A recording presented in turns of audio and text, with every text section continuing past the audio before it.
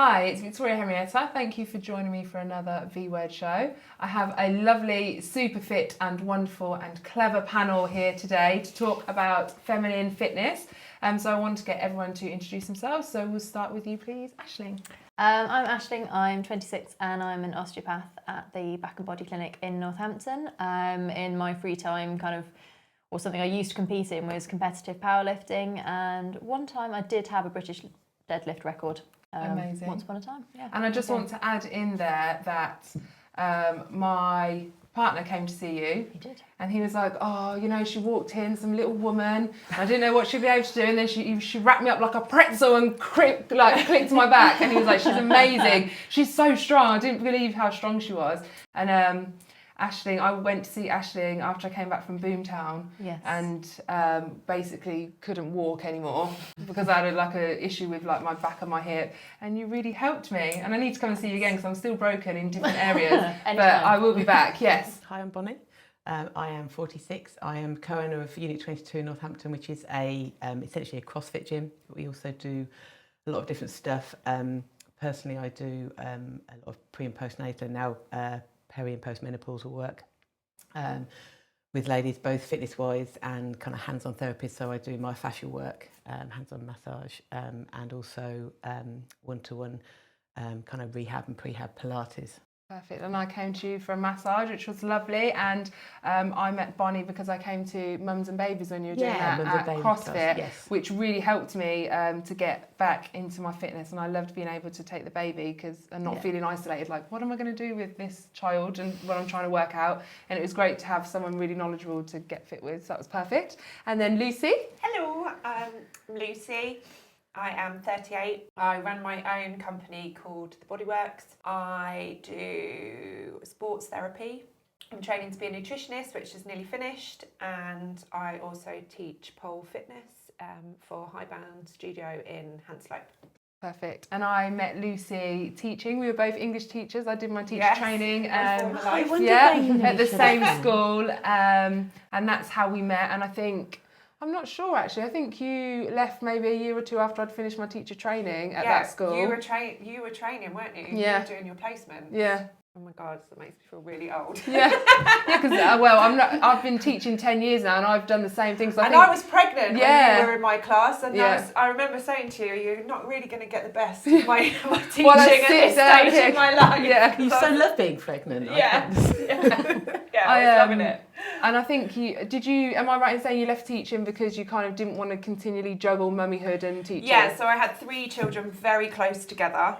So actually, by the time I'd had my second child, it financially wasn't worth me going back to school to teach because it would have cost way too much money in childcare. I would have been working for peanuts, really, and it's not the kind of job you want to do for peanuts. It's all you do in. it for peanuts anyway, but yeah. Yeah, I've just left my permanent role. I'm still doing supply teaching, but I've left my permanent role because I just can't continually juggle feeling like a bad mum, bad teacher, bad mum, bad teacher, bad partner. So I just thought, I'm going to stop and I'm going to focus on the kids. I'm going to focus on being the best version of myself and not worry about other people's children, just worry about my own. Yeah. So obviously we're talking about feminine fitness today and what it means for women to kind of embrace training and being fit. So if I start with you, please, Lucy, why do you think fitness for women is so important? Well, it can be important for them for lots of reasons. For me personally, it's important for my health, both physically and mentally, and it's important to me as a parent that I'm a good role model for I've got 3 daughters. I feel incredible pressure from the society that they are growing up in with social media. So I feel for me, it's definitely trying to counteract some of that bad information with good information. And fun. The sports that I do, I love. I do them because I love them. I don't do them to get fit and healthier. That is an added bonus, I think, of that. I think at this stage now, I still do them because I love them. And that kind of links in with the mental health idea that because you're enjoying them, you're happier and you can be the best version of you, which means you're the best mum, you're the best role model, etc. Definitely. You need exercise to be something that you enjoy. You need to want to go and do it. If you don't want to go and do it, especially as a mum, the slightest thing is going to derail that straight away. So you have to want to go, and continuity is the most important thing, I think, with any fitness for anybody in any stage of their lives. And you're not going to continue doing something if you dislike it, or it's horrific, and I think a lot of people make that mistake. And then they're like, oh, I don't want to go, I can't be bothered. I think as well for me, fitness is important because I want to be able to do things with my children. So when I'm really unfit and they're like, let's go to the park, and I'm trying to kick the ball around, I'm just out of breath and thinking, God, when does this end? I don't want to be that mum. I want to be that mum who can carry them and can run around and can go the full distance when we're going for walks. Whereas I have had times in my life, both with children, without, where I haven't been able to enjoy the things that I want to do because I've been too unfit or it's been too stressful on my body. So again, I'm the same in that weight loss and looking and feeling great, is fabulous, but that's not necessarily all that I'm doing it for. I'm mostly doing it because I want to be a great mum and a good, able person. So what about you, Bonney? I think for me, being physically fit is intrinsically linked with my mental health, without any doubt at all. I suffer with depression, and the fitness, the training, throughout my life has been the thing that's got me out of a bad place. And I think a lot of the women that I work with, regardless of whether they've got a diagnosed mental health problem, it's something that, it's just about you. It's like you said, if it's something that you enjoy, it can be an hour, half an hour, whatever it is that's just time for you. Particularly as a mum, and even if it's just as a woman without kids, we're expected to do so much and be so much that how are you supposed to do that if you're not physically in your body? I was funny, we were talking about, like, what do people do if they don't do some kind of movement? And I'm not talking about necessarily hammering it out in the gym or playing sport to a high level or whatever it might be, but your body's meant to move. And I think, what do you do if you don't do that? Like, how do you feel? Like, I know how I feel if I can't. Like, we were talking about how you feel if you can't do something. So some people feel like that all the time. I think as well, it's almost like a loss of identity. If you're not moving, you don't know how your body works and you don't know yourself in that way, you don't really know who you are. And to take that half an hour, for me, when I work out, I don't have the kids there. So I can be myself and I can forget about having to clean up or to look after the kids or, run around and do other things or go to work. It's just me in that moment, enjoying things, challenging myself, motivating myself. And clearing your head. Like big in that active meditation. Like I try and meditate, I'm crap at it. Me too. But when I'm training, it's like it happens. You're in without, the zone. Without you having to stop and think and sit and be still. It's just being rather than Sometimes I think you just need to do something as well, and I think there's a big part of being a parent, specifically for mum, that is laden with guilt. Oh God, mum guilt is real. Mum guilt is massive and epic and stifling and horrific, and you can't get away from it. It's everywhere. Going to the gym and I'm going to a class is slightly more acceptable when we're overwhelmed by this guilt than saying, well, actually I'm just going to have a cup of tea to myself and half an hour peace and quiet, because you can say to people, oh no, I went to the gym. And everyone's like, oh wow, that's really good. As opposed to, I was really knackered, so I had a nap. And everyone goes, oh, lucky for you. That's all right. The judgment. And then you're like, oh my God, I'm an awful parent. It's true. And you're not. Both have merit, and you need to do, whatever you need to do to survive it. And you have to be selfish to be healthy, actually. But I think part of that is we go to exercise for that, definitely. What about you, Aisling? Why do you think fitness is important? I'm going to be the only one that doesn't have children. But obviously I have lots of patients who have children. I have lots of women who I see during pregnancy, like before pregnancy, during pregnancy, after pregnancy. And I'm always, obviously this isn't just about pregnancy, but being a mum, but it makes a huge difference to stay active through that whole time. And just because you're a mum, as you've already said, doesn't mean that you're not you anymore, and you are still you. You do whatever job you do. You are a partner. You are a parent. You are a daughter. You're a sister, but you're still yourself, and it's just like another facet. But it's been over the years that society has kind of said, no, you're a mum now. That's it. Yeah. All you do is you serve a purpose to your children, and thankfully that's starting to change. But I think, and we've already said about kind of mum guilt and things like that, and obviously I can't experience that firsthand. But I'm sure you still get that woman guilt because you still have to have lots of hats. You have to be a partner, you have to have a job, you have to be able to clean, you have to be able to cook. People expect you to look a certain way. Yeah, definitely. And I think for me, as well as obviously you get a whole host of medical benefits from exercise, whether it's kind of, especially weight-bearing exercise, if we talk about sort of osteoporosis and osteopenia and preventing kind of pathological fractures because of, that will, and unfortunately inevitably occur if you don't stay active and you don't stay doing weight-bearing activity over the years. But kind of holistically, it's not, like we've already touched on again, like it's not just your physical health that you're helping your mental health. For my job, I am reasonably active, and if I sit down for sort of half an hour, depending on how much admin I've got to do, I'm like, oh God, this just feels weird, this hurts, and and it just doesn't feel right to me. And obviously there are people who just sit, they sit in the car, sit for the whole day, sit in the car, sit to have dinner, sit and watch a bit of TV and go to bed, and you just think, God, you're out here and so much. So I feel better for going to the gym, and I feel good, and I want to be strong, and I want to be happy in my appearance, and it just, the release of endorphins is quite enough for me. What do you think are kind of the biggest barriers for women in terms of getting out and getting fit and keeping up with exercise? Being nervous and being anxious about what's everyone going to think if I walk into a gym? What's everyone going to think? Which is why things like pole and other classes where you've got kind of everyone's doing the same thing, or where it's less of a threatening environment for a lot of people. Sometimes I have gone into a gym and I have felt quite self-conscious because there's that immediate, oh, we've not seen her in this gym before. Like, what's she doing here? I mean, does she know is she lost? Sort of thing. And I think a lot of people will feel that. And I am now quite at home in a gym, and I'm quite happy to walk into a new gym and just get on with it. But it's a big thing for somebody to just turn up to a new gym, let alone one where there's already kind of friendships formed as well, and sometimes you can feel like a bit of an outsider. And sometimes you can get a bit territorial in a gym as well, and it's not quite the welcoming environment. Whereas when you've got kind of, especially for pole, and I've not been to one of your classes, but like in CrossFit, it's kind of more of a family sort of feel, CrossFit, very the whole inclusive. CrossFit thing, the thing that drew me to CrossFit. I mean, I've worked in fitness for 28 years. Many years. Yeah, 28 years. Sometime I've worked and I've been involved in CrossFit for 8 years now. And the thing that drew me to CrossFit was the community. Because I'd moved back to Northampton, my marriage had broken down. I was very, very broken mentally and emotionally.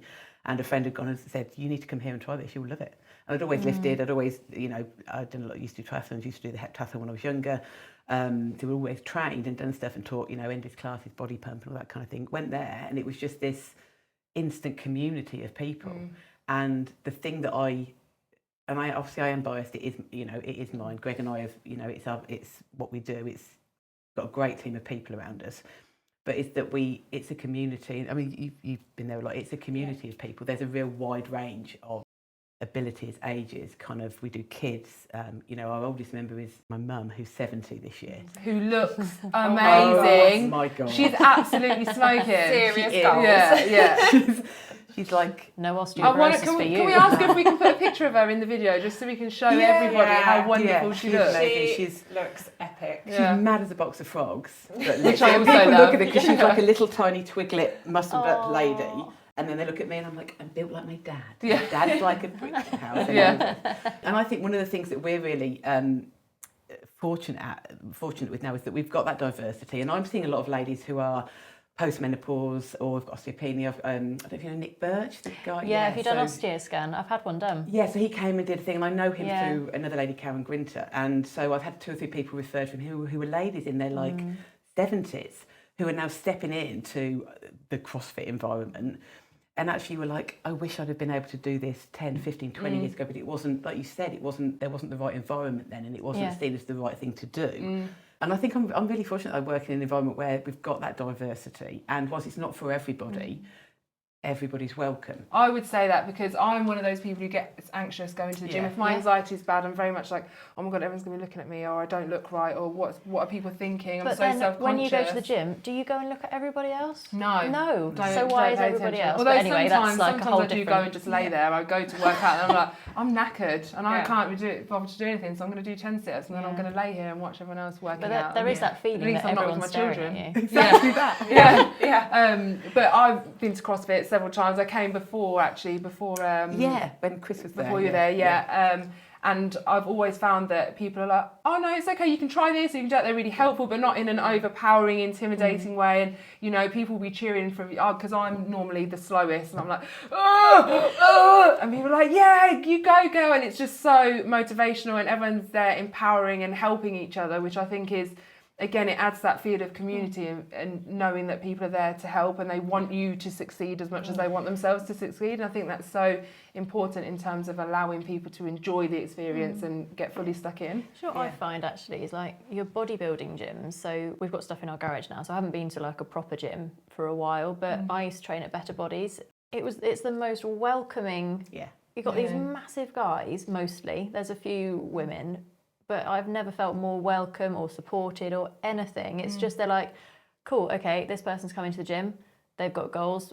What can I do to help? And like I had one guy come over and he said, I'm really sorry to interrupt. Have you tried doing it this way? Instead, you might get more out of it. And I did. And I was like, oh my God, yeah, thank you so much. Yeah, Like I think everyone, you know, and I didn't feel like he was going, oh, she doesn't know what she's doing. He was, I think, bless him, I think he'd really struggled with, should I not? I? Oh, I don't know, I don't want to It's a upset real her. difference when you go to Versus a commercial gym. Yeah, place where people are training, whether it's bodybuilding or whatever it might be. Yeah. Yeah, it is very different. Quite Because I do go to a commercial gym myself, and I would like to start lifting. So what would you guys recommend for me to start lifting? To go to a CrossFit, to go to a gym like Better Bodies? Where would I Go start? somewhere where they've got a qualified coach Yeah. Right. that will teach you to move well before they load you with any weight. Yeah. Absolutely. That's what I would say. Yeah. I think learn to do your Olympic lifts and you'll get those kind of mobility cues, and then you can work on things like if you get like the big compound lifts, your deadlift, squat, bench press, do some clean and jerk, do some clean and press, hip thrusts, pull-ups.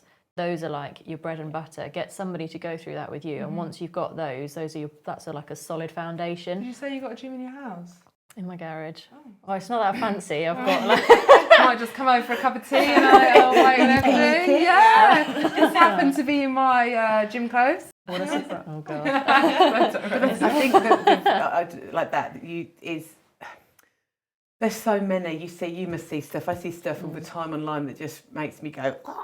Yes. Is get proper instruction on how to move well. Because I think once because you've I got have that injuries with as your, well, with your I'm basic paranoid moves, like that. And I think that it's Tim who runs Empowerment, isn't it? Yeah. And I've seen a few ladies from Empowerment, and I hear some really good things. Like He's they do amazing. kind of go He's through amazing. stuff, He's which I think is a really good place to start as well. And that's Yeah. quite a good Yeah. big You community need feel. somewhere that's got coaches that know what they're doing, depending on what you're doing and how much cash you've got to spare. Obviously, that's not always an option, and the Globo gyms are cheap. You know, you can get a gym membership super cheap now. So I know that when I started to exercise seriously 7 years ago, I bought a book. I'd got a pretty serious back injury. I'd seen Nick, who was like, let's Shout out operate. And I was like, no, I've got 3 kids under 4. I can't do it. And so I decided I was going to rehab myself, basically. And I literally bought a weight training book and I wrote my own program. And I went to a gym in a school that was only open like really late at night after all the kids had gone home. So I'd be there at 10 o'clock at night training, and I just started there. If I got stuck, I asked the staff as well. You know, the amount of people I say, ask the people in your gym. That's their job. That's what they're paid for. Ask them. If you're not sure how to use a machine, ask them. It is scary, but actually, once you have those conversations with people that work in the gym environment becomes less scary, less intimidating, overall, because then you're like, oh, there's so-and-so who helped me the other week when I needed that, and they'll quite often be like, oh, hi, you know, and then you can build up that rapport. Certainly, I think for women, it's really important to have somebody that understands that the female body is very different to the male body. It changes day to day, week to week. It changes day to day. Which Tim, Tim's a friend, I know. So can I just very quickly shout out Tim? So Tim works at Empowerment Training Centre, so we'll drop the image in, he owns it. So we'll drop in some info into the video about it as well. He's absolutely excellent. He will quite often does send women to me who are postnatal or menopause or whatever. And we would sort of exchange info. He's very, very well qualified. And I suggested that he went on, have you heard of Burwell Education, Jenny Burwell? Yeah, she's fantastic, and a lot of training with her. And I said to him, go and do this course, this pre and postnatal course. And he went and was the only guy on the course. And I just loved him for the fact that he cares enough. Was that the one where you had to watch childbirth? Yeah. Yeah, I remember him talking about it. I think it's Garden. He was like, I've got newfound respect. Like, yes. Everyone should see these videos. Yeah. Some of us have been back for more. More than once. But I think people like that will go above and beyond to make sure that they're delivering the right stuff, and they're you don't see that every day. So he should definitely give him a shout out. I've never actually met Tim, but I've seen a lot of his. We'll hook it up. Yeah. Also, ETC used to be female only training. I thought that, but then I saw men recently. So now there's men coming in, but that's another option if you feel intimidated by the gym, is to find female only training. There's plenty out there. There is a women's only gym as well. All smaller training groups as well, smaller boot camps and things like that. There's a lot of really good fitness instructors out there that are really well qualified, that are working out their back gardens and their sheds. Alice does some really good stuff. I think Alice Braun. I don't know. Not Alice Braun anymore, but Braun's boot camp. She's very, very good. I'll check her out. And I've had a lady on my show. I'm just about to release a show called Get Fit Gabby online. She's really knowledgeable as well. So I think it is about doing your research to find who is going to work well for you, trying things out. And also, I would say, if you are postnatal, please go and see a postnatal specialist. Because, and this is a big, massive generalisation, but I find that most instructors in the fitness industry will say, have you had your 6-week check? Right, yes. Okay, we're good to go. Let's go. Yeah. Oh, well, the 6-week check, they look at the baby and just check you're not about to kill yourself. So they're like, how's your fanny feel? You're fine. Yeah. You're good. Do you feel like you want to put your head in the oven? No. Okay, great. Baby's great. Off we go. Yeah. I literally came out of one of mine and then phoned the GP when I got home and said, I forgot to ask if I can do any abdominal exercise. And she said, well, I need to check you for that. Well, why didn't you? I went back in and she was like, no, you can't do any abdominal exercise because I can literally fit my hand between your abdominal muscles. Yeah. You must see that all the time, because I see women who come to me and they've been doing, and it's frightening. It is frightening. Because the damage that can be done can be irreversible at the end of the day.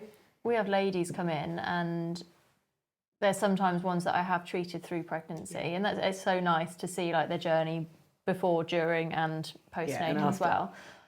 And they'll come in. And they're like, and so, how's everything feeling? How are you doing? Blah, blah, blah. I'll ask about the birth, especially if someone's coming in with low back pain, pelvic pain. It's obviously really important to know, are they breastfeeding? Because that will change things hormonally as well. Women don't know that. Like, there's no information. Like, if you're breastfeeding, there are changes, things that are going on still postnatally, and that information isn't out there. No. And then you will only get referred to a women's health physio if you've had like a grade 4 tear. Yeah. Every woman, if you've had a cesarean section, nothing. You won't get anything. And my recovery from a C-section was so intense. It took such a long time. It's major abdominal surgery. That's why. Someone has literally. My friend had a C-section before Christmas, and it's not funny. But she was just like, doesn't think it's she funny. was like, it's really bizarre. Feels like someone's like poking me in the ribs, and she's like, oh god, that was because like hands were quite up inside you, and it's particularly invasive. It's very invasive. It's really invasive. Every single woman, regardless of what sort of a birth they had, should have a women's health check. Yeah, you can have one at 8 weeks postpartum, no matter sort of whatever birth you had, if you had like triplets, if you just had one and it was the most easy natural labour in the world, everybody should go, which would lead me into women's health physio and like the mummy MOT, which is just a very, very clever women's health physio who's gone, look at all these things that we check postnatally. I'm going to call it the mummy MOT. So now you have to be on a register, which is really good as well. So you know that if you're having a mummy MOT, you're going to see a women's health physio who has like got all these credentials, and you don't even have to have anything wrong. It's just to go, all looking good, or if not, okay, let's This is address what you this. need to do. I think the thing is, like, I don't advertise what I do very well. That's because I've got 4 kids and I'm very limited on time and run business and stuff like that. And I am fairly well qualified in what I do. But there are people out there, like you said, have you had people posting stuff online, or people that will come to me, I'm sure you see, that have been and trained with a postnatal trainer who have been doing whatever it is, and you're kind of like, Or celebrities who specialise in postnatal fitness. Oh God, yeah. Because they've had just a baby. because you've but I think there's people.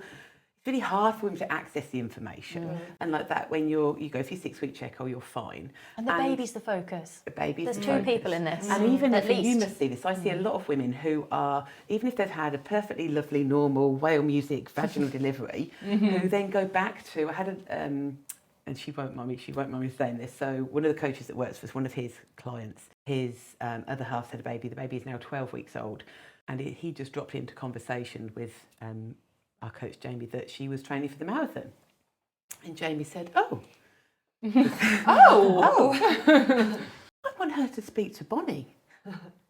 And I said, "What do you mean she's training for the marathon?" And I said, so I spoke to her on the phone, and I literally, and I have used this several times with people. We had this whole conversation, and she didn't know that she couldn't have the baby and just start running again.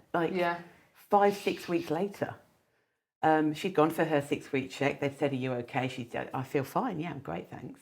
And started running. So the day that I spoke to her on the phone, she was, I think, 7-8 weeks postnatal. She'd just done a 9-mile run. Wow. With a Quite buggy. impressive. Wow. And she said, "Do you think I should stop?" And I said, "Do you want your fanny to fall out?" Yeah, because that's literally, as you were talking about, I was thinking her poor vagina must have felt like it's going to just Can you say drop prolapse? out. Yeah. So she came and I'm working with her, and I really felt for her because she was like, I postponed it for the London Marathon, and you can only push your place forward 1 year, can't you? So she did it last year because she was pregnant, and she said, "What do you think I do?" I said, "You're an adult. I'm going to give you all the information, and I'm going to work with you, and then you're going to make an informed choice." Your own choice. We did a session, and she went away, and then she phoned me. She's like, "I want to work with you, and I'm not going to do the marathon." And I was like, "Ace." For everyone that you see, or I see, or somebody else There's sees, another 20, there's 10 50. people, there's 20 people who are out there, and that's the problem. There's not And enough. running is a bit of a, because there's lots of non-impact activities that are much safer to do, but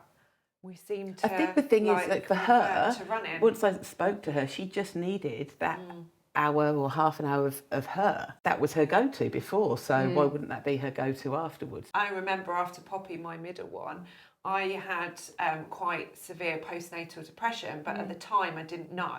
And 6 weeks post her, and I'm not a runner, I despise running. But I'd got my trainers on and I was out running. Yeah. And everyone's like, "Oh my God, look at you go." And I'm like, I'm amazing. I'm amazing. I wasn't. Still I that was thing losing the of plot. there's still that thing of But it was celebrating. a bit like I needed to get out. It was something that was easy to do because I could just put my trainers on and go. I didn't need any fancy equipment. I didn't really need anything expensive, you know. But actually, like, horrifically damaging. Yeah. 6 I think weeks you say though, post the there baby. needs to be a massive change in the information women should have, even if it's one appointment with someone that will go, right, okay, that's a really lovely baby. Now let me check you. Yeah.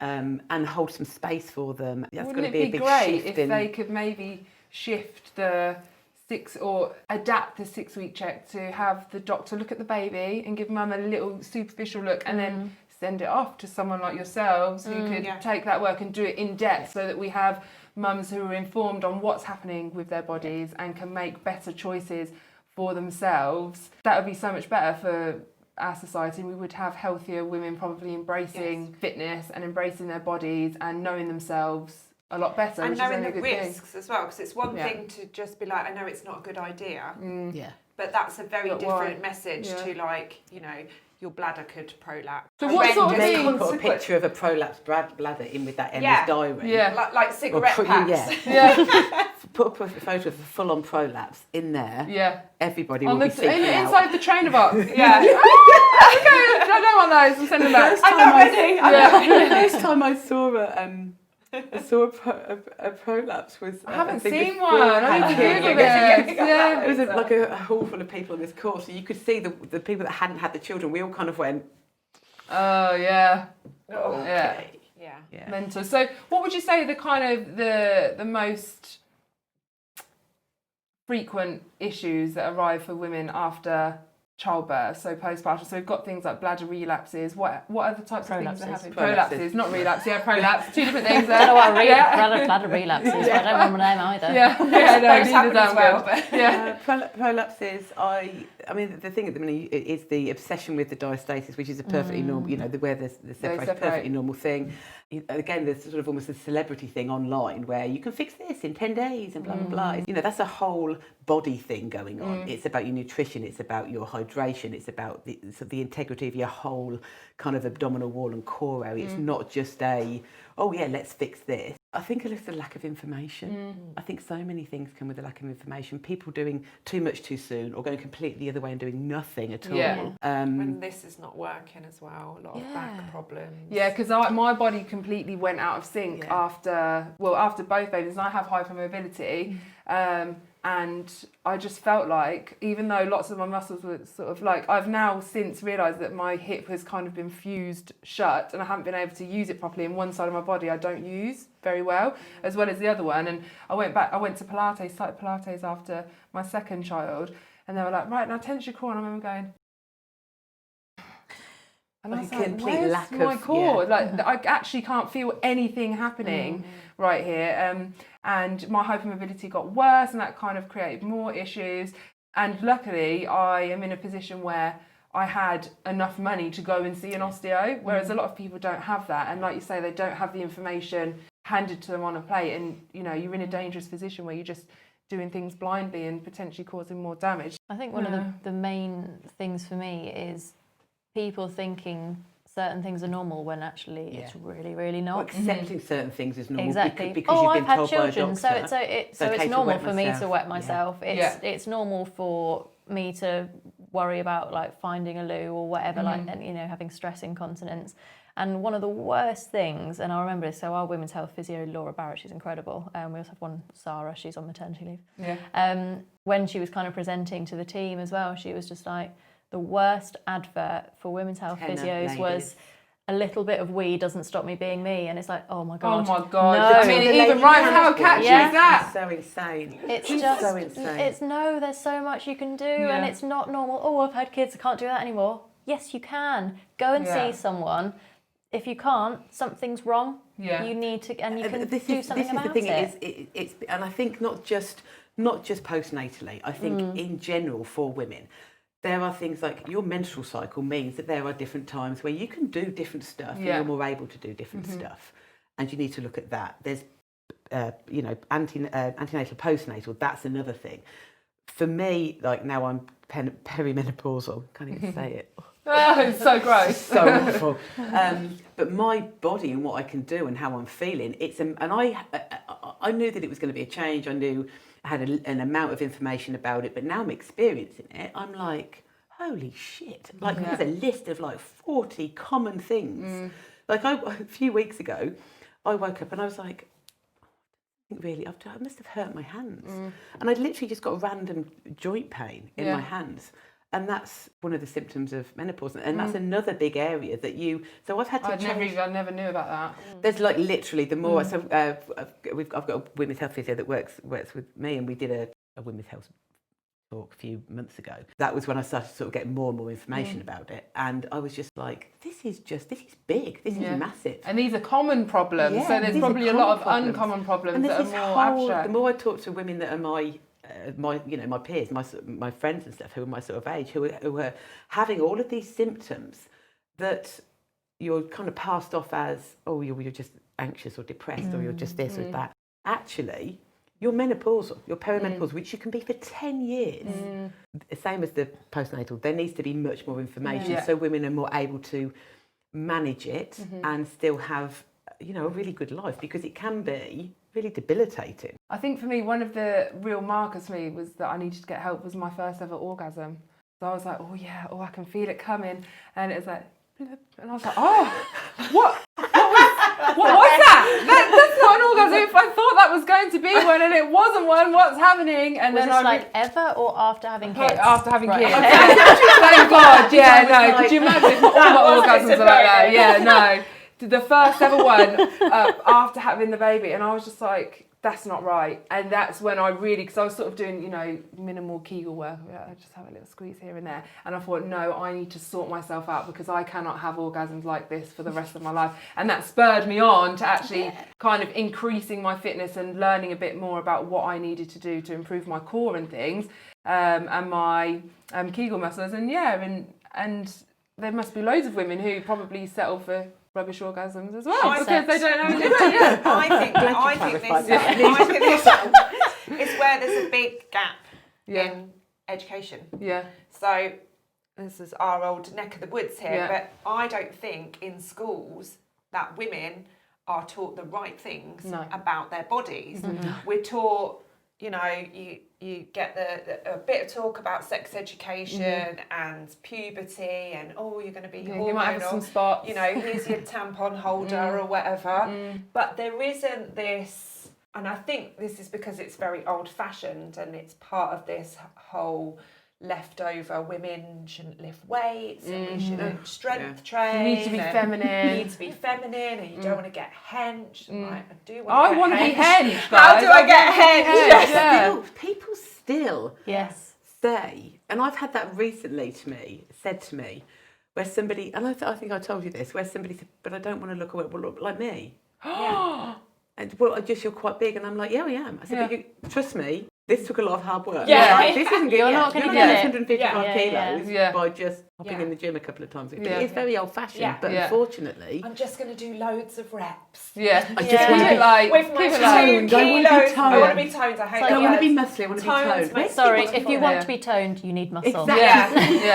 There is no toned. Toned is, and I think it was actually Chloe Madeley, who I have a lot of respect for, actually, as a celebrity kind of trainer. Although sometimes she doesn't actually refer to herself as a celebrity, but she's very well informed. Of all the people on Instagram, I've got a lot of respect for her. Her nutrition is seriously on point, and her training is incredible. She's an absolute machine. And I've forgotten where I was going with this. Chloe Madeley, what did you say? About... Oh, yes. Toning. Toned is just a term that we made up to be socially acceptable for women to be lean, to be slim, but not be too. But it is, and I feel like in schools we're still not telling our young girls that it's okay to be strong, it's okay to be fit, it's okay to want to do these sports and activities, and it's okay to not feel bad about that, you know. And also to know yourself and to understand, to be pleasured and to love yourself. To understand that sex just isn't for boys when you're 16. And you're not having sex to please that person. Yeah. Sex should be mutually pleasurable between you. Same way, you know, you should know your body, you should enjoy working out, you should feel fit and feel good and feel confident. Knowing your body isn't just, I know my boobs are here and my vagina's here. It's like understanding that your body is on a massive process. And actually knowing your body at 10, at 15, at 18, at 20, at 40, at 50, at 60, it completely changes all the way through, and you're having to relearn that. That's okay. Continually, in the sex education class, did anyone remember ever being told what a clitoris was? No. Never. Or a vulva. I mean, I think we labelled a vulva. Yeah. But I think we very much skirted around the clitoris. Yeah, because you're not allowed to pleasure yourself. You're not allowed to know your body. It's mental. No. And the narrative is starting to change, but, you know, the quicker it happens. So my eldest lad is 16, and I have been... God, is he 16 now? 16 wow. Now, yeah. No, he's a lovely big man-child. But it's we were talking about this, he's had a couple of girlfriends and stuff like that. You know, we talk about sex, and I'm very open with him. It always happens with all of them, because that's just how I am. Yeah. And so he's not a virgin. I was like, okay, that's fine. Here's some condoms. Yeah.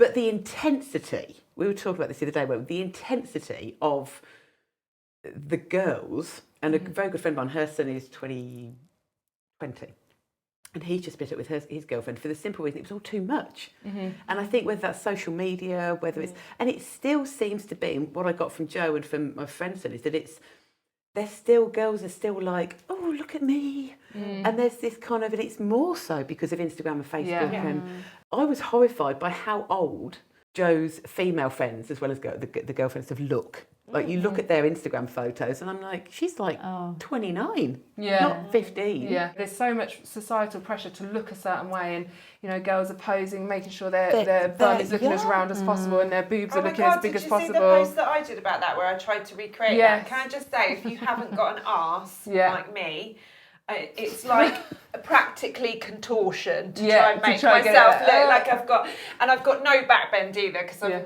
like not flexible on my back, so I'm like literally bending doing myself. the most to try and get it popping, and it was like this. I was like, that's my 10 out of 10 effort, for Christ's sake. It's crazy, but I mean, I think one thing that is important for people to learn, that, you know, it's good to want to have a good body for the right reasons, because you want to be strong and you want to be fit, but you shouldn't be changing your body just to please someone else. It should be only for you. Driven by you. Yeah, and I think fitness is a good way for people to achieve that. Like, enjoy fitness, enjoy feeling and looking good and being active and being able to move in the way that you want, but don't do it for the wrong reasons. I'm always surprised by the amount of women. I think this is something like coming back to, I don't know what they call it, like health education or sex education at school nowadays, is the amount of women that don't know their cycle. Oh yeah. That, like, I'm always like, what do you mean you don't know? I don't know my cycle. You don't know your Really? cycle? How do you people are like, we're trying for a baby. I'm like, oh, okay, so you know when you ovulate and that? And they're like, well, I'm not sure. And I'm like, well, I know when I'm ovulating because I'm hornier.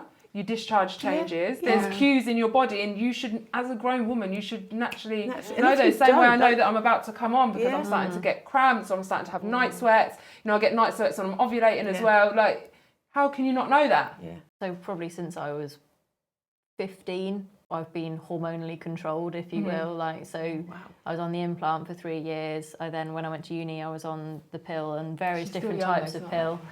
But that's like, and then the implant again, and then I opted for like the Marina coil as well. So fuck knows what's going on with my cycle, because there isn't one at the moment. But you just kind of go, and then you forget actually all those things and the effects that they have on it that nobody actually tells you about. They're like, oh, okay, yes, you're sexually active, so let's do this to stop you getting pregnant.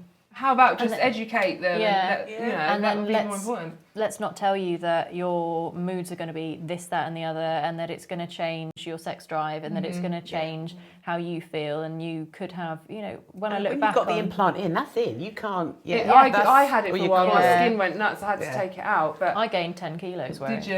And the jab I used to get, I wasn't just muscle. I tell you what, I recently had. You got your 155 That's the other thing that everyone says in the gym. I was the lightest I've ever been when I did that. 63, and I'm not anymore. I recently tried those tablets that delay your period. Horrendous. Why? Because I was going away with Dama when I didn't want to be on my period. So I thought I'd give them a go. You can get them just over the counter now. The cramping was horrendous. And then when I did finally have a period, the period that came was, I thought I'd had a miscarriage. I was taking pictures of it. It was a massive clot, because I was like, I'm going to probably have to go to the doctors and show them this picture. Like, I think I've had a miscarriage. No one told me that it was going to be like that, and I was Googling it, and a few people had said the same thing. But what I was reading is that people's periods, some people's periods never went back to normal. Mine did, Ducky. I think I'm quite regular anyway. But I was having like breast pain and all kinds of different things, and it did kind of mess up my cycle for a while, and I had no idea that would happen. But you'd think that the pharmacist would be like, you know, you should probably do a bit of research about this before, so that you're informed, because I had no idea that because it was literally, I guess, because I was stopping my period from coming. The cramping was really severe, and then when the period did come, it was awful and really painful, and quite scary actually for me. So it's interesting that it's interesting that all these things exist to try and make us less of a woman. You when know, actually your period's so natural and so natural, so healthy. But like we can't. You watch these adverts on the telly, and they use blue liquid. You know, God forbid people can't see any blood. See blood and know that we bleed. Yeah. You know, in this procreation. Thought about that, actually. Yeah. Like it's this whole denial culture of that we have periods. Let's prevent them. Let's. And I think it's under this pregnancy guise a little bit, but there is a lot of it that's, when I was at school, which was a long time ago, it was like, here's the box that you can hide your tampons in. Yeah. The little special boxes. blue box to hide it, because you might be embarrassed. Well, instead of saying to children, here's the box to hide it in, why don't you teach them that there's no reason why they should hide it? It's not shameful, completely normal. Every girl in there is going to be doing it, and also boys need to learn. They need to learn. It's so important. That girls are going to go to the toilet and use a tampon. Whoever gave birth to you had to have periods to give birth to you. If you've got sisters and best friends, they all have periods, and you should know about it. You shouldn't be squeamish. You shouldn't think it's disgusting. And again, it's that idea of a lack of education. But I think for young how people. many women have got a tampon out of their bag at dinner, up their sleeve, and gone to the toilet with it in their hand, like it's something shameful. I think we should start a tampon waving revolution. If you're going to the loo. Hey, does anyone use a moon cup? I do. I have done since I had my first little boy. I've just. Oh, so you've had it for quite a long time. How old was Joe? Joe's 16. So I've just started to use on this period. Haven't got the hang of it yet. Getting there, trying all the different folds. I found the tulip fold is the most effective for me so far. But still, and I cut the thing right off. Okay, because once I snipped it a little bit. Then the other day I put it in. It's like hanging out of you. No lie, it jabbed into my pee hole. Yeah. Horrendous. No, and then when I went for the wee, it was burning. I was like, no. But I did play a little trick on Daryl in that I took my moon cup out, emptied it in the toilet, and didn't flush it. And he lifted up the lid and was like, oh my God, babe, what's happened? I was like, there's just the contents of my moon cup, babe. He was like, you're disgusting. I was like, sorry, I just wanted you to see what it looks like. But what a great invention, because I actually had a bath with my moon, because like when I'm on period, I don't have a bath, but I love to have a bath. And for me, it's a bit of a self-care thing. Like when I'm stressed, I'm like, I'm going to have a bath, I'm going to relax, I might watch a bit of Netflix or listen to some music, I'm going to light some candles, my kids are in bed, so you can just shut the hell up and I'm going to have time by myself.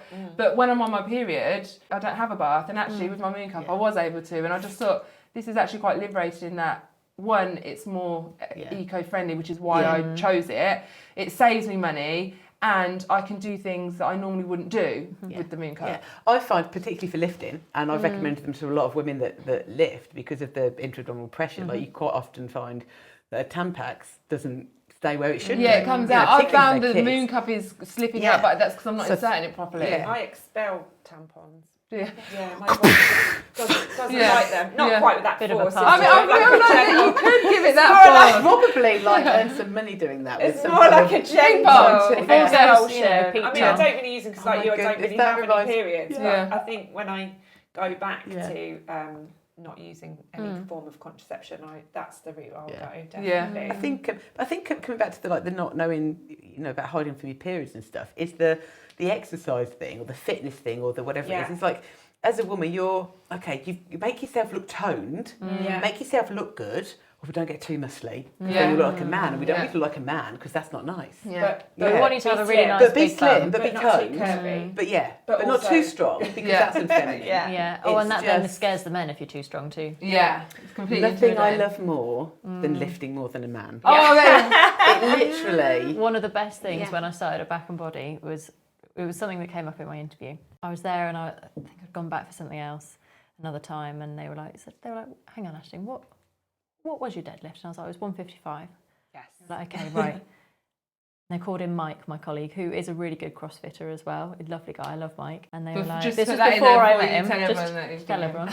And they were like, Mike, what's your best ever deadlift? And he's like, 150. And I just stood there and smiled. And I was like, 155. And he just left. Yeah, really good. Yeah. Nice. But I mean, annoying. It took him 2 years, but now he has beat probably me. can't even deadlift. It might was 110. But that was like peak powerlifting days. I did it again recently, actually, about 6 months ago. So that was quite nice. No, I've got so much to learn, guys. I'm going to get on it. But you're right. It is. Don't be too much of anything. Don't be too much of too strong. I can't remember her name in Sex and the City. There's Samantha, I've Carrie, seen- Oh, that video's Charlotte, and the other amazing. lady. What's her name? Miranda. Miranda. So she's talking about, we have to be beautiful but not too sexy. Okay, but we can't be too frumpy. That skirt is too short. That skirt is too long. You asked to be raped, and it talks about all these different expectations about that are put onto women that are not useful and not relevant and need to be completely abolished. And we should just be able to look and feel and behave how we want to, as long as we're not hurting anyone. It's that's how it should be. And also, it's really good. So I was sexually assaulted in Northampton a few before Christmas. Oh when I was wow! out with a group of people. Yeah. And he really regretted doing that. Oh, good, love it, Lucy. Because I pretty much threw him across the bar. Good for you. I mean, I'm really sorry that happened. Isn't it mad that women? Functional. That's Functional how fitness. women live their lives. That's what I call I get functional sexually fitness. assaulted most times that I go out. People pinch my bum, people grab my boobs, people say inappropriate things to me. And as a woman, I mean, now I actually don't even care anymore because I'm like, I'm fine, and you clearly feel the need to touch me because you think I'm beautiful. You should never put your hands on me. Yeah. But I don't actually care because you're completely irrelevant to me, and I know who I am, and I know that I love myself, so that's not important. But women live that life. Like we're continually assaulted, we're continually put down. On the tube. And whatever you are, so I had I'm internet dated over the last, I've been separated from him for 8 years, so I have internet dated over that period. Some success, some not. Some good times, some not. But I have had on several occasions people, and like my photos that I put on, there'll be a couple of CrossFit photos on there because that's what I do. There's, the head, whatever photos. None where I look particularly, I don't think, masculine, but people that have literally contacted me to tell me. Just to tell me, you look awful, you look like a man. Yeah. Why would you put these photos on? Why would you contact me? Yeah. If I'm not for you, fuck off. Yeah, totally. And what kind of person are you? What insecurities and issues are you harbouring to be so negative? Like, just be kind. And like you say, if you haven't got anything nice to say, don't say anything. You don't have to swipe left or right or whatever to get in contact with me. Just move along and keep I get a lot yourself. of people sliding into the DMs with, would you like to sit on my pole? Oh, no. Wow. Oh, I've not heard that one before. Do you know what? Do you ever I've been think, waiting all my life. I'm so glad you asked, because that's just what I wanted. Oh, God. My favourite ever one that I got was somebody sent me a message that said, I can't even say it, I'm going to destroy all of the chairs in the world, so you have to sit on my face. Oh, my Lord. Love it. I mean, that's a new one, Tifa. I haven't heard that until today. Someone asked me to send them a picture. They were like, can you send me a nice picture, maybe on the pole or something. Yeah. So I sent them a dick pic. Great. Of my husband's penis. Yay! Happy days. I love that. And is it mad that like men think it's acceptable just to send you a pic of their willy? Yeah. I don't want to see willy, thanks. Yeah. Like, if I wanted to see it, I would say, can I see your willy? Yeah. I don't. Like, that's the best feature. Yeah. Of all the things to see. It's actually quite the opposite. It's the grossest thing. Yeah. But that's like, you kind of think about sort of Instagram and how easy it is then for people to send you a dick pic now, unsolicited dick pics. There should be some sort of a profile that you could send them to, and it just there should be constantly send rate my dick pic, like rate my meal, rate my plate, no Susan, no one wants to see your bangers and mash again. Yes, all of that. Like, but I think, put it away, Jerry. Why do people need to do that though? We live in a society where it's okay for people to make comments about the way you look, what you're wearing, expect you to behave a certain way towards them. So I poll, I do pole fitness, and obviously in pole fitness we don't wear an awful lot of clothing because if we did, we'd fall off the pole. Yeah. And everybody's just obsessed with this idea of it, and they come and then they're like, oh, it's actually really painful, and I've got loads of bruises and my skin's bad. What are the pole kisses? I'm just like, it is, but there's just still this stigma that I mean it's going that it's just for the male gaze. No, I'm doing this for me because I want to be strong, and it's a beautiful art form at the end of the day. It's mental. So what I wanted to finish with is if you could give women a tip to get into fitness or to get back into shape, what would it be? Find something that you like doing, yeah, and that fits in with your lifestyle. Yeah, and if that means you can go and CrossFit 6 times a week, then great. If it means that you can go and do a half an hour walk around the park in your lunch hour, do that. Yeah, I think that's the thing, because otherwise it's not sustainable. Something that you can stick. Look after other aspects of your health as well as your physical fitness. So sleep is really important. Like insanely important. And I know it's really difficult, and Bonney hasn't slept for like 16 years and I haven't slept for like 10 years. So try to improve your sleep if you can, because it affects a lot of other aspects and your ability to deal with a lot of other aspects of your lives.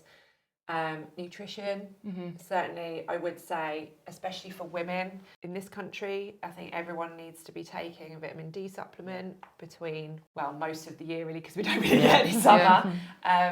The darker you are, the more apparent that is as well. So everybody should really take vitamin D and I should supplement. take it anyway because of my psoriasis. It's great for anxiety, it's great for depression, it's great for your immunity, it's great for recovery, literally everything. Try and find the podcast. There's a doctor, and I listened to his podcast. I was telling you, I can't remember who I was talking to about it, but he did some research on himself, and he's now taking, or for sort of an extended period of time, he was taking 3 times the recommended amount of vitamin D. And the benefits he saw from that were massive. Okay. I have to check it out. Yeah, I'll try and find the podcast for you. It's quite a high. It's quite a high dose, and if you're rubbish with taking tablets like I am, and I sporadically remember, even though I put them in my kitchen right where I can see them, you can take vitamin D. You can do like a weekly dose in one hit. Okay. So when you remember, you can just take a few tablets. Omega-3's great for everybody. Especially women in all stages, like pre and post menopause, pre and postnatal, your whole life. Basically, they have so many benefits. So certainly get the basics right as well. You know, makes and sense. I think just move.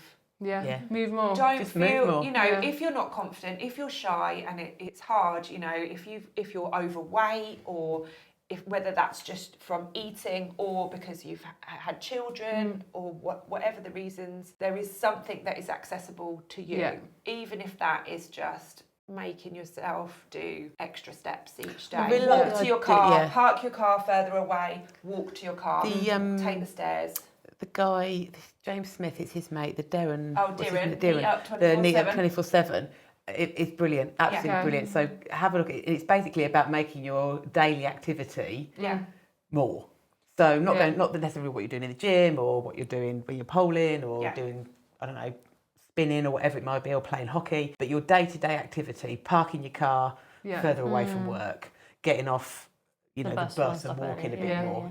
Walking around the block a couple of times. That's like 80. I think it's something like, and this, don't quote me precise on this, but I think it's about 80% of your calorie expenditure is from that. It is. Wow. Okay. So actually, going and spending hours in the gym isn't necessarily what you want. If that's not your thing, you just need to move. And if you're not moving, just starting to move is the best thing that you can do. I set my Fitbit to work out and clean the house and see how many calories I can clean. And I do remember one day I hoovered the whole house, mopped, did all I've got big mirrored wardrobes in my room, cleaned all the mirrors in the house, did loads of stuff, washed up, and I burnt 1,000 calories in however many hours. You want to come and clean my house? It doesn't ever look like that. I'll come around and time myself. Burn more calories. I mean, they're not very accurate. What I will say, but if you use the same method, they're consistently inaccurate. So you can and certainly for steps, you can. I think for a lot of people, with Fitbits or measuring your body fat or logging your food intake, it's just being accountable. Like for me, I have somebody who writes the kind of bad at gymnastics with the whole CrossFit thing, and because I hate it and not really built for it and stuff. So I have somebody who programs my gymnastics for me. Okay. So I'm accountable to him. I could do it myself. I'm quite capable of doing it myself, but I'm not going to stick to it because I don't have to, convince myself that I've done it. Whereas, and I think that's being accountable, however that is. And find someone to do it with. Gym buddy. Even if that's walking, even if that's let's take the dogs out, or then it makes it more fun. So again, and also because when you're, you can have that don't let me get away with it. So when you're down and you're like, oh, can can we not go? Yeah. And they're like, no, come on. Yeah. And I the need thing to is, go yeah, to got your- Or you're meeting someone there, that's even worse. Yeah. If you're Yeah. meeting someone there, You've you're like, got your shit. garage at home. It doesn't need, your garage at home. It's my garage. Your garage Yeah. is your gym at home.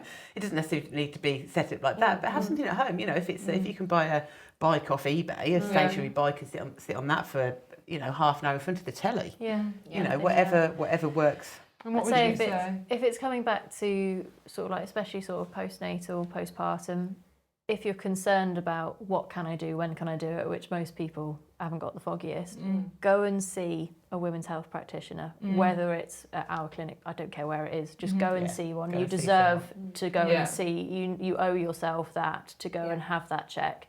And it's worth I think it. about with that, it's where people will spend a fortune on baby stuff. Yeah. Yeah. But you won't spend 50, 60, 70 quid, 80 quid, Yeah. 100 quid spending a couple of hours with somebody. Yeah. Oh, yeah. Buy you Who can £120 jumperoo, Yeah. but you will never bounce on a trampoline again. Yeah. I like that. What would You you just do? sit there and With watch the that baby weed bouncing. A little bit of weed doesn't stop me being Yeah, me. that is going to That stick can with go.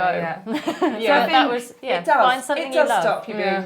you. Yeah. It does. I think the You main do message something about it. the main message we're saying to people is get informed, more information, seek help when you need it from a professional, and just move more, doing something day to day and do things that you enjoy. Yeah, and that you want to do, and you can continue doing it. It's no good if you go to, I don't know, any exercise. If you go, right, I'm going to go to karate or whatever, and you hate it, and you're dragging yourself to karate every week and you hate it, it's better that you walk to the shop every week. Yeah, You know, I agree. definitely. Perfect. Consistency is the key. Well, thank you very much, ladies, for coming. It was great to have you. Welcome. I hope that this episode will encourage you to move more and be more informed. Please do check out the ladies' businesses, and I hope to have you back on the panel soon, and I hope you enjoyed the video. Thanks. Peace out.